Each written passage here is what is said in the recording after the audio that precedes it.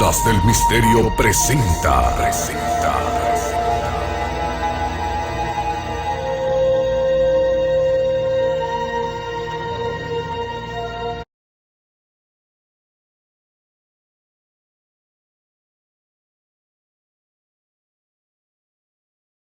El problema de los ovnis está profundamente vinculado con la difusión de noticias, lo cual lo ha colocado desde 1947 en la órbita de los servicios secretos de Estados Unidos. Los centros de poder decidieron protegerse, ocultando la información no deseada mediante una conjura del silencio. Hans Petersen, director del control militar del tráfico aéreo después de la Segunda Guerra Mundial, localizó en 1954 objetos intrusos en el radar e intentó interceptarlos. Un día, uno de mis hombres en el control de radar me llamó y me dijo: Mayor, no, capitán, porque en aquella época yo era capitán, tenemos algo en la pantalla que vuela a una velocidad de 18.000 kilómetros por hora. Imposible. Ningún avión puede alcanzar esa velocidad. Entonces fui a comprobarlo y era verdad. Volaban a 18.000 kilómetros por hora. De pronto dejaron de moverse. Se mantuvieron estacionarios en el campo visual del radar. Llegaban y desaparecían. Estaban allí y un instante después se habían desvanecido. Llamé inmediatamente al responsable del control aéreo y al comandante de la base y les expliqué la situación, pero se resistían a creerme. Yo les dije: dadme 4 aviones y veremos si podemos interceptarlos. ¿De acuerdo?, me dijeron. Por momentos veíamos una veintena de objetos sobre el aeródromo y a los pocos minutos solamente 2 o 3. Como había niebla, los técnicos nos dijeron que era por culpa de la inversión térmica, un fenómeno meteorológico, pero después comprobamos que no era así. A las 11 había 4 aviones de reacción en la pista listos para despegar. Se levantó la niebla y nuestros aviones estuvieron en condiciones de despegar. En ese momento había unos 12 objetos alrededor de la base. En cuanto me puse en contacto con los pilotos y les dije: ¿tenéis autorización para el despegue y la intercepción de los objetos no identificados?, 10 de los objetos desaparecieron de la pantalla.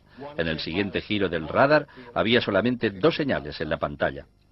Una a 10 millas al norte y otra a unas 12 millas al sur de la base. Envié un par de interceptores al norte y otros 2 al sur. Me puse en contacto con el primer par de interceptores y les dije: vuestro objetivo se encuentra a 5 millas, a las 12 horas, es decir, exactamente delante de vosotros. Altitud desconocida, ¿lo veis? No había terminado de decirlo cuando el objeto desapareció. Dirigiéndome entonces al otro par de interceptores dije: distancia 5 millas, 12 horas, altitud desconocida. También este objeto desapareció. Era evidente que nos estaban escuchando.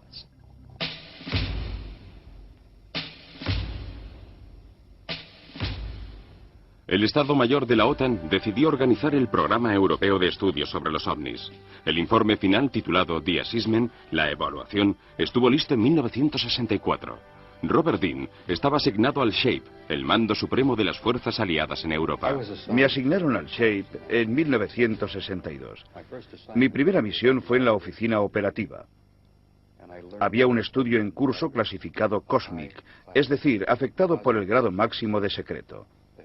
Se había iniciado en 1961 para comprobar si realmente había una amenaza para las fuerzas militares aliadas en Europa. ¿Por qué se consideraba necesario un estudio de esas características?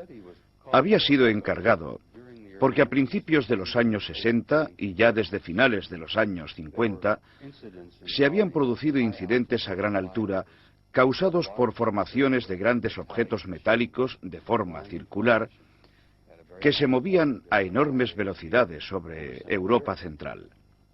En aquella época pensábamos que pertenecían a los soviéticos, pero ellos creían que eran nuestros. Ya habíamos estado varias veces al borde del conflicto a causa de estos objetos voladores.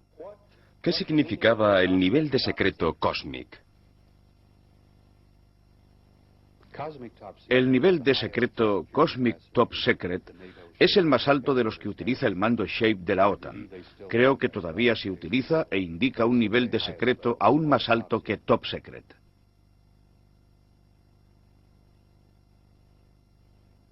¿Quién encargó el estudio? ¿Cuál era su contenido? Fue encargado por el mariscal del aire Sir Thomas Pike y duró 3 años. Las conclusiones alcanzadas eran increíbles. Los oficiales del Estado Mayor de Shape quedaron estupefactos ante los resultados de la evaluación. Los resultados indicaban que desde hacía muchos años nuestro planeta estaba siendo objeto de minuciosos reconocimientos por parte de varias civilizaciones extraterrestres. Probablemente desde hacía cientos de años y tal vez desde épocas todavía más remotas. Esos reconocimientos eran llevados a cabo por inteligencias superiores que empleaban tecnologías sumamente avanzadas, por lo menos 1000 años más avanzadas de lo que podemos imaginar. Su tecnología era tan compleja y tan adelantada que parecía magia. La conclusión del estudio fue que estos alienígenas no parecían tener intenciones hostiles, porque en caso contrario no hubiésemos podido hacer nada. Había un voluminoso expediente relacionado con un accidente sufrido por un ovni en el norte de Alemania, cerca del mar Báltico. Había caído muy cerca de la línea de demarcación entre el sector soviético y el británico. El platillo volante tenía un diámetro de 30 metros y unos 5 metros de espesor. En las operaciones de recuperación participó un batallón de ingeniería del ejército británico. Y los técnicos, de alguna forma, consiguieron averiguar cómo se subía. Entraron en la nave y la dividieron en varias secciones que transportaron en camiones especiales. Por lo que se entregaron los restos a los americanos.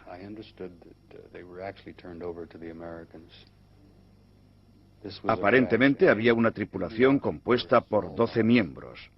Eran pequeñas criaturas grises de cabeza grande. Cuando terminaron las investigaciones en 1964, hicieron 15 copias del informe al que asignaron el nivel máximo de secreto, el Cosmic Top Secret, con clasificación de reserva Eyes Only, solo para ser visto, y Need to Know, derecho a conocer. El secretario de la OTAN tenía una copia. Otra estaba en poder de Lyman Lendl, comandante supremo de las fuerzas aliadas. Las otras fueron entregadas a la mayoría de los altos oficiales representantes de los países de la OTAN. Todos los países aliados en Europa tenían una oficina, un departamento o un representante de alto nivel que se ocupaba del tema de los ovnis.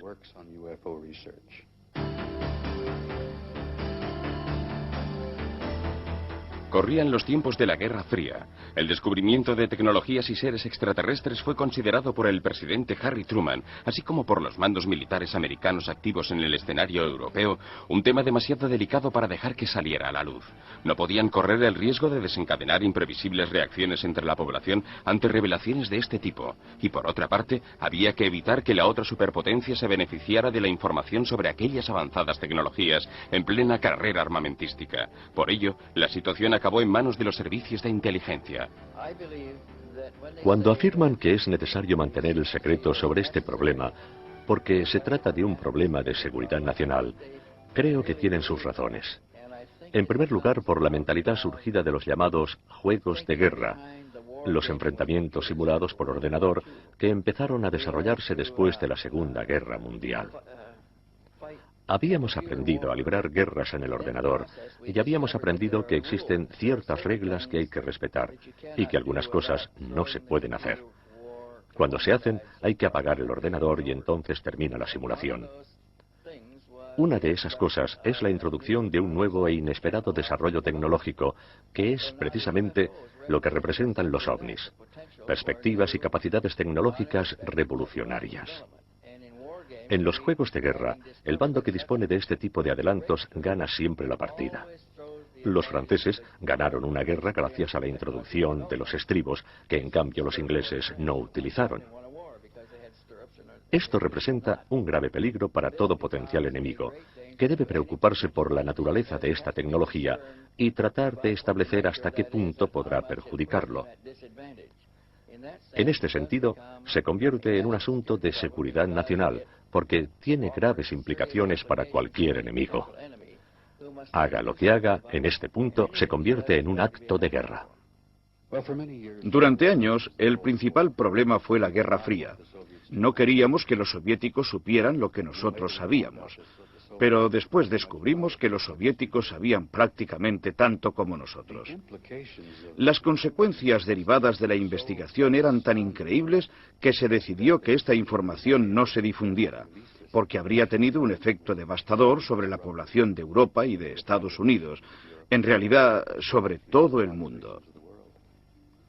En pocas palabras, estábamos siendo observados por civilizaciones extraterrestres altamente evolucionadas. Una de las principales conclusiones fue que los miembros de una de estas civilizaciones tenían un aspecto idéntico al nuestro. Y este punto preocupó muchísimo al cuartel general del Shape, porque quedaba claro que aquellos extraterrestres podían ponerse un uniforme o vestirse con americana y corbata, sentarse a nuestro lado en el restaurante o en el coche y pasear tranquilamente por la calle sin que nadie se diera cuenta.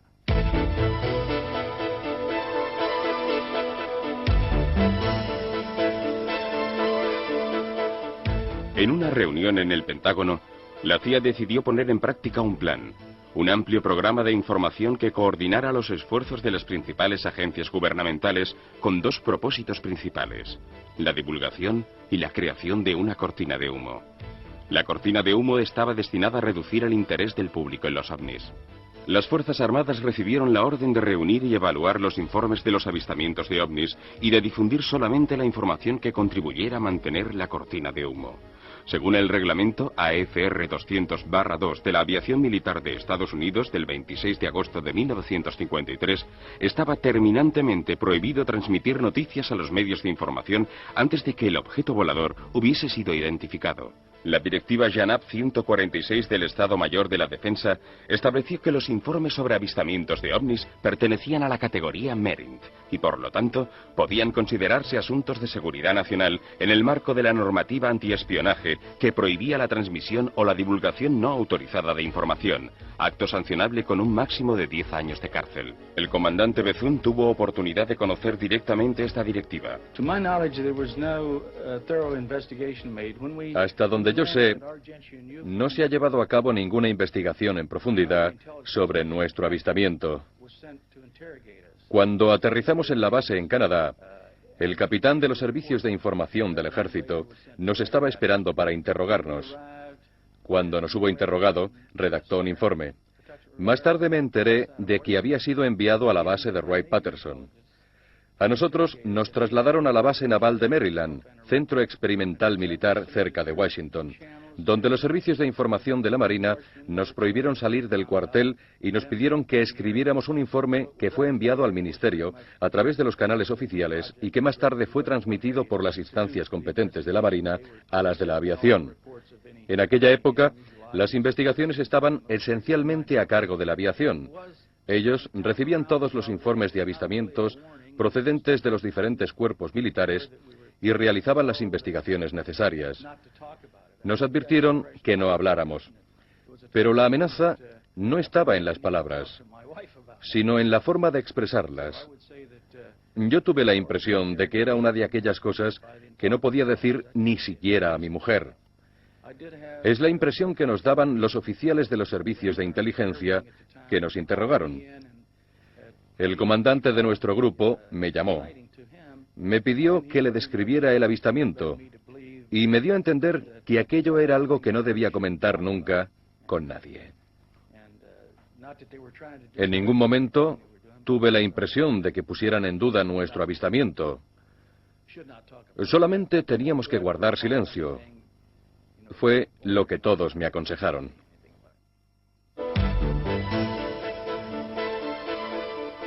Esta película del archivo Blue Book fue filmada el 15 de abril de 1966 desde un helicóptero que volaba sobre la isla de Catalina junto a la costa de California.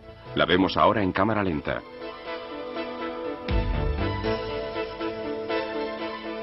Este documento de 1959, captado por un empleado administrativo de la base de Uke, en Texas, muestra un caza tratando de interceptar un objeto luminoso.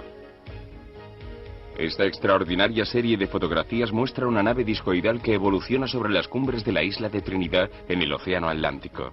Las imágenes fueron obtenidas el 19 de enero de 1958 por un fotógrafo oficial de la Marina brasileña a bordo del buque escuela Almirante Saldaña, en presencia de toda la tripulación.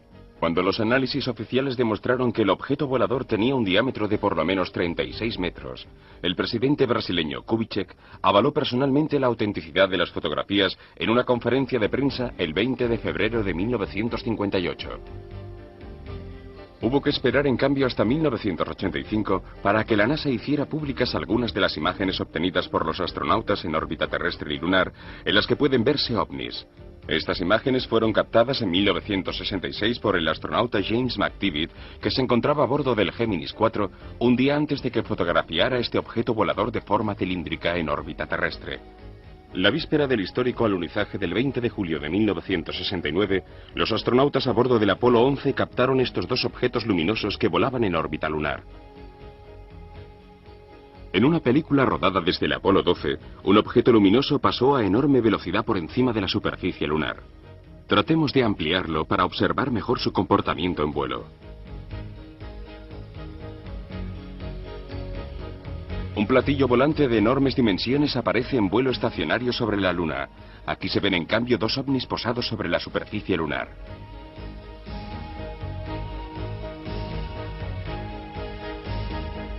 Gracias a la ampliación podemos distinguir los detalles. ¿Tienen los extraterrestres bases en la Luna? Esta película oficial de la British Airways fue rodada a principios de los años 70 durante uno de los vuelos de prueba del Concorde sobre el sur de Inglaterra. Se observa claramente un objeto globular de pequeñas dimensiones que gira alrededor del avión supersónico. Se detiene durante unos instantes delante de los motores y finalmente se marcha a una velocidad vertiginosa.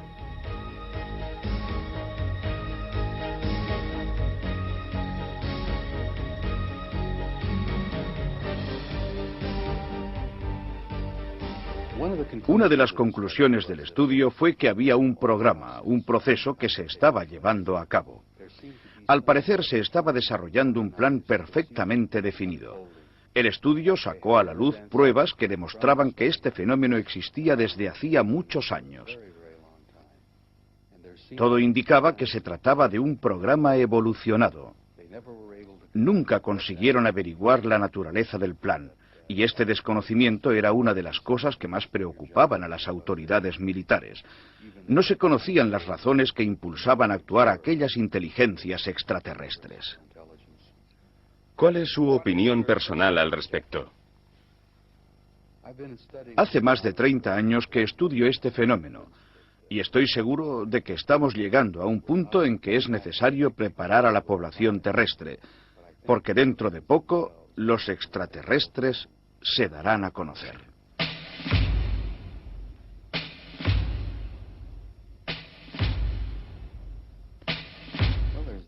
Existe el peligro de que cunda el pánico entre la gente y por lo tanto es necesario prepararla, ponerla en guardia sobre lo que está sucediendo.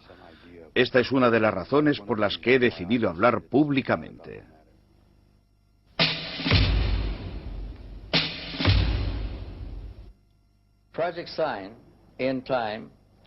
En 1948, el proyecto SIGN llegó a la conclusión de que existían pruebas del contacto con seres procedentes de otros mundos. Estableció que sus astronaves empleaban una tecnología muy superior a la terrestre y que el fenómeno era verdadero. Pero esas no eran las conclusiones que las fuerzas aéreas esperaban, porque el proyecto SIGN estaba concebido como un proyecto público, destinado a explicar aquellos extraños fenómenos sin causar inquietud ni temor en la población. Pero puesto que había producido resultados contrarios a los esperados y teniendo en cuenta que las investigaciones se estaban volviendo cada vez más arriesgadas, el proyecto SIGN fue clausurado y todo el material fue archivado. La exactitud de las conclusiones alcanzadas por el proyecto SIGN ya había sido confirmada por extraordinarios descubrimientos.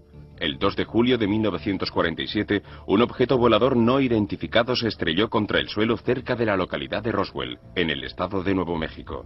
El 7 de julio, un ganadero de la zona, William McBrazel, señaló la localización de los restos a las Fuerzas Armadas en la base cercana de Roswell, e inmediatamente se organizó el operativo secreto para la recuperación del ovni accidentado. Según la mayoría de los investigadores, además de los restos de la nave, se hallaron los cadáveres de sus ocupantes. El suceso fue tan inesperado que el responsable de información de la base difundió un comunicado de prensa antes de que el Pentágono decidiera que se trataba de un asunto de seguridad nacional. Así pues, todos los periódicos del país dedicaron la portada a la noticia, que al día siguiente fue oficialmente desmentida. Con el desmentido, el objeto volador no identificado se convirtió en un simple globo meteorológico que se había salido del trayecto preestablecido. Según las fuentes oficiales, el accidente de Roswell fue el primero. Tal vez se habían producido otros casos antes, pero el de Roswell fue el primero en el que los militares participaron directamente. Trataron de mantenerlo bajo control, pero como aquel fin de semana era puente por la fiesta del 4 de julio, no estaba de servicio todo el personal necesario para evitar la filtración de noticias. Los restos del objeto accidentado se encontraron en parte en Magdalena, en Nuevo México, y en parte en Roswell. Los militares intentaron recuperar todos los restos para demostrar que se trataba simplemente de un globo meteorológico. En realidad, todos se decían, ahora tenemos uno al alcance de la mano y no podemos saber cuándo conseguiremos otro. En cuanto se dieron cuenta de que estaban ante una nave completamente extraña a nuestra tecnología aeronáutica, notificaron el hecho a sus superiores jerárquicos a través del mando logístico, hasta llegar al jefe del Estado Mayor de la Fuerza Aérea, quien llamó al secretario de Estado en Washington y le dijo que había sido hallada una aeronave extraña y que, por lo tanto, se trataba de un problema de la competencia directa del secretario de Estado. En aquella época, el secretario de Estado era el general George Marshall, el padre del Plan Marshall. Informado de que se trataba de una nave muy particular, de posible origen extraterrestre, el general Marshall nombró enseguida a 12 expertos, entre ellos científicos y oficiales superiores, y a cierto número de funcionarios administrativos, para proceder al estudio de lo sucedido. Durante el estudio, los expertos comprendieron inmediatamente que se trataba de un vehículo extraterrestre y empezaron a preparar planes de acción. Estos planes preveían el nombramiento de 6 prestigiosos científicos y 6 militares para formar un grupo encargado del tema. Este grupo creó a su vez fuerzas de seguridad. Se ocupó del entrenamiento de cuerpos especializados en la recuperación de restos de astronaves y preparó un programa para mantener en secreto todas sus actividades. Estos documentos, que salieron a la luz en 1987, confirman las declaraciones del coronel Stevens. En un memorándum secreto con la reserva Eyes Only, solo para ser visto, presentado al ministro de Defensa, el entonces presidente de Estados Unidos, Harry Truman, autorizó personalmente el nombramiento de 12 expertos para formar el grupo Majestic 12. De esta situación fue informado posteriormente el presidente Eisenhower al comienzo de su mandato. Esta organización ya estaba en pleno funcionamiento cuando se produjo el segundo accidente. La segunda nave cayó el 23 de marzo de 1948, casi un año más tarde, cerca de Aztec, en el estado de Nuevo México. Esta vez el grupo, el personal entrenado y las fuerzas de seguridad estaban preparados.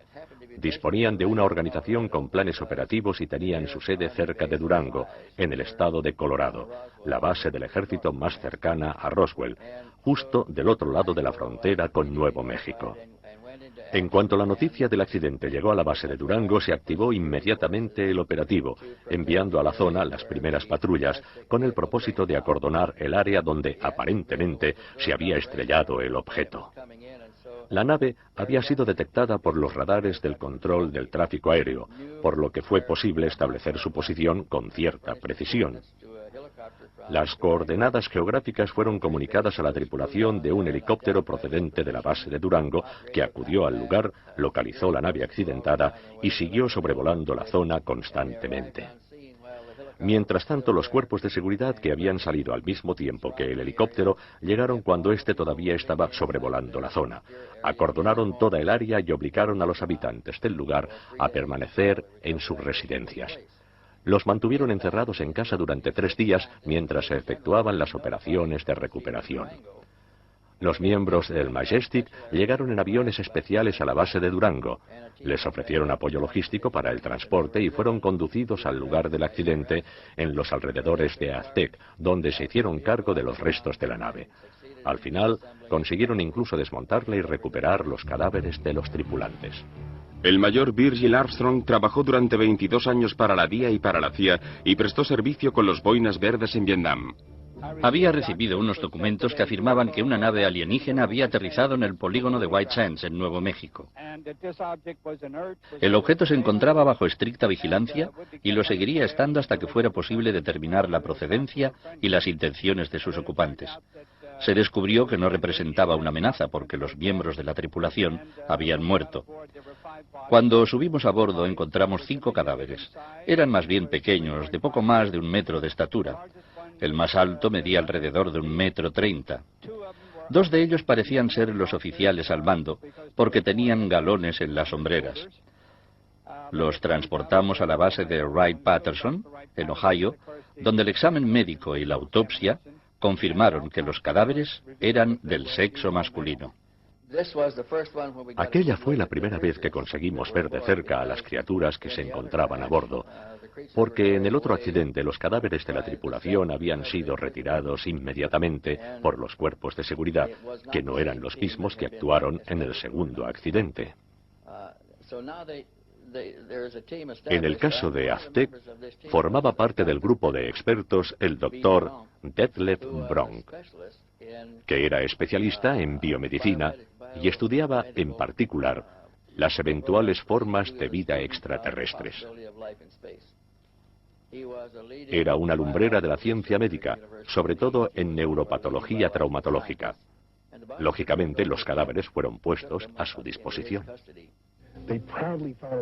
Los americanos estaban orgullosos de ser el país más poderoso de la Tierra, de haber ganado la Segunda Guerra Mundial con la bomba atómica, de haber superado la velocidad del sonido en octubre de 1946 y de poseer un arsenal de enorme potencial destructivo. Imagínense lo que pensaron cuando se encontraron en una situación de pánico, anticipada por Orson Welles en 1938. Imagínenlos cuando vieron los cuerpos exánimes de auténticos extraterrestres y el asombro que sintieron al comprobar que no comprendían el funcionamiento de su máquina voladora. No tenía nada semejante a un componente conocido. No había cilindros, ni émbolos, ni turbinas, ni neumáticos. El gobierno americano, en el verano de 1947, se sentía literalmente indefenso. Por lo tanto, era lógico que decidiera poner en práctica un ocultamiento total y definitivo, incluso con el uso de la fuerza.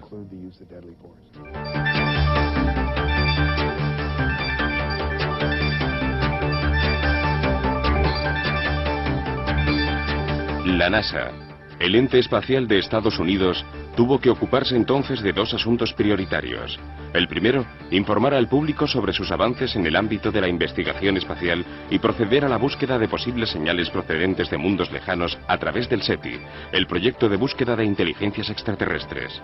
Y el segundo, organizar un sistema de cobertura para sus actividades secretas y de control de posibles civilizaciones extraplanetarias, tema que trataremos en uno de nuestros próximos documentos.